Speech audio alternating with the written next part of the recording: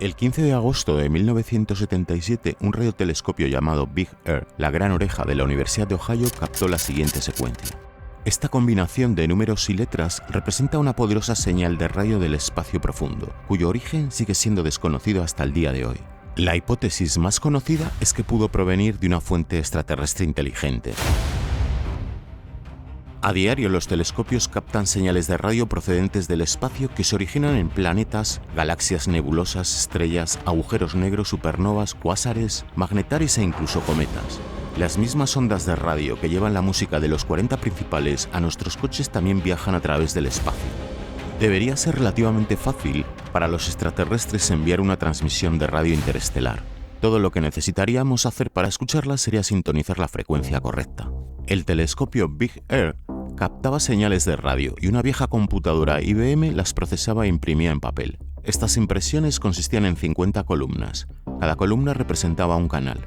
Según la intensidad de la señal que captaba el telescopio, se le asignaba un carácter alfanumérico. A la intensidad más baja le correspondía un 1. Intensidades mayores que 9 se representaban con las letras del abecedario y en ese orden. Es decir, una intensidad 10 era una A. La máxima intensidad sería una Z. Por ejemplo, el número 5 quiere decir que se ha encontrado una señal 5 veces más potente que la radiación media que se recibía habitualmente de fuentes naturales. El astrónomo aficionado Jerry Ehman, que analizó las observaciones 2 días después, al ver esa hoja no pudo por menos que coger un boli rojo y rodear esa secuencia escribiendo «Wow» al lado. Y con ese nombre ha pasado la historia, la señal «Wow». ¿Podría esa señal haber venido de un satélite o de un avión que cruzaba el cielo? ¿Una señal militar o una transmisión desde la Tierra? ¿Podría haber sido un sonido natural de un púlsar distante? Los científicos descartaron rápidamente estas explicaciones alternativas, debido a las características únicas de la señal WOW.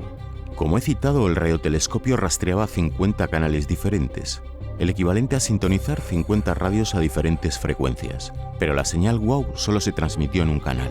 Las fuentes de radio naturales como los púlsares y los cuásares, objetos astronómicos masivos que emiten ondas de radio, crean ruido en todo el espectro, y no en una sola frecuencia como ocurrió con WOW. Además, el patrón de intensidad de la señal coincidía con el de una transmisión desde el espacio profundo. El telescopio no giraba, estaba fijo en el suelo y barría y escaneaba el cielo a medida que la Tierra iba rotando. El diseño del telescopio permitía que las antenas pudieran estar enfocadas hacia un punto del cielo como mucho 72 segundos. Una transmisión desde el espacio profundo crecería lentamente en intensidad, alcanzaría un pico máximo y se desvanecería a medida que la Tierra girara. Ese proceso tomaría 72 segundos, la duración exacta de la señal WOW. Las variaciones en intensidad que provendrían de un objeto en movimiento relativo a la Tierra, como por ejemplo un avión, no seguirían este patrón, ya que tardaría más o menos tiempo en recorrer el campo de visión del telescopio, dependiendo de su velocidad. Además, la señal llegó en una frecuencia muy especial, aquella en la que brilla el hidrógeno interestelar. El hidrógeno es el elemento más abundante en el universo y del que provienen el resto de elementos químicos. La transformación del hidrógeno en otros elementos ocurre sobre todo dentro de las estrellas, a través de la fusión nuclear y en eventos astrofísicos extremos como explosiones de supernova y kilonovas. Por lo tanto, conocer dónde se encuentran las nubes de hidrógeno dentro de las galaxias y dentro de la estructura a gran escala del cosmos y sus características posee un gran valor astrofísico. Los telescopios convencionales no pueden detectar el hidrógeno neutro y frío. Los átomos de hidrógeno solo pueden emitir luz en los colores visibles cuando son excitados por radiación energética, sobre todo ultravioleta emitida por estrellas masivas, enanas blancas y otros procesos violentos. Es así como vemos las nebulosas difusas de emisión, nubes gigantescas constituidas sobre todo de hidrógeno, como los pilares de la creación en la nebulosa del Águila, regiones donde se forman las estrellas y que abarcan años luz de distancia. Este tipo de excitación del hidrógeno no ocurre en las frías profundidades del espacio, particularmente en el casi vacío espacio extragaláctico. Por lo tanto, no se puede ver con telescopios convencionales. Sin embargo, debido a un efecto cuántico llamado transición hiperfina del hidrógeno neutro, el hidrógeno es capaz de emitir radiación de muy baja energía, cuya frecuencia es 1420 MHz. En otras palabras, emite ondas de radio de esa frecuencia de enorme interés para los astrofísicos. Esta imagen se ha elaborado a partir de las señales de radio de esa frecuencia mágica captadas por dos radiotelescopios. Es el mapa del cielo, Más brillo indica mayor acumulación de hidrógeno, y el color informa de la velocidad del gas. La franja central es el plano de la Vía Láctea, vista de perfil, la misma franja blanquecina que vemos a simple vista en noches despejadas. Esta zona de color son las galaxias de las nubes de Magallanes. Fue así como en 1952, y tras conseguir los primeros mapas de la galaxia, que se encontró que la Vía Láctea tiene una estructura espiral. Además, permite calcular las distancias a las galaxias o inferir a qué velocidad relativa se mueve el gas dentro de una galaxia. Otra gran ventaja de esta radiación es que puede atravesar el polvo y gas interestelar. De hecho, es una frecuencia protegida que los transmisores terrestres tienen prohibido usar, ya que está reservada para estudios astronómicos. En resumen, digamos que es un canal que sintonizan con mucha frecuencia los astrónomos. Por esa razón, esa frecuencia de 1420 MHz se sugirió por primera vez como un canal para la comunicación interestelar en 1959. Todos los radioastrónomos, incluidos los extraterrestres, conocerán la importancia de esta emisión del hidrógeno.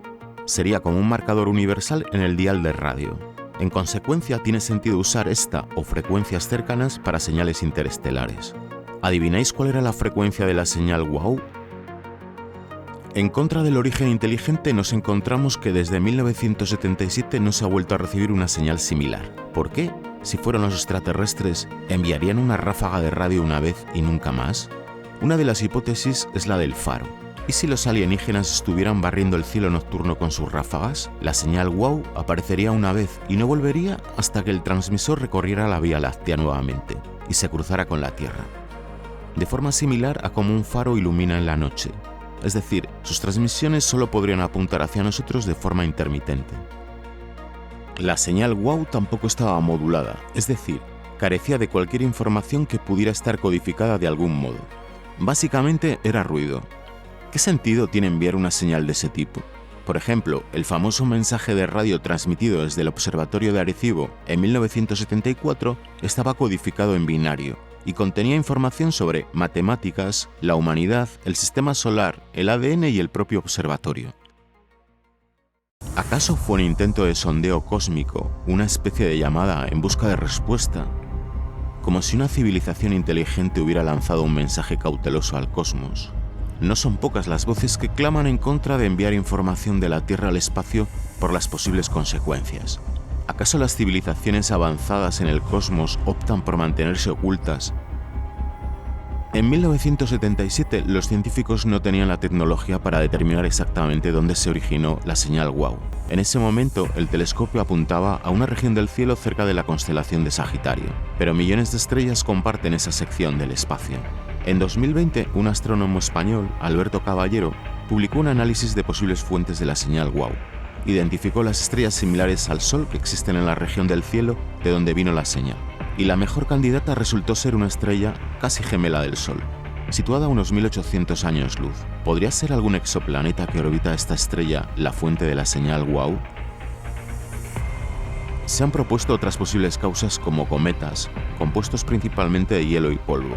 Podrían haber liberado hidrógeno neutro a medida que se acercaban al Sol y se calentaban. Esa liberación podría haber causado una emisión de radiofrecuencia detectable por el radiotelescopio. Los FRBs son ráfagas rápidas de radio, misteriosos destellos de radiación de radio de alta energía que se originan en el espacio exterior.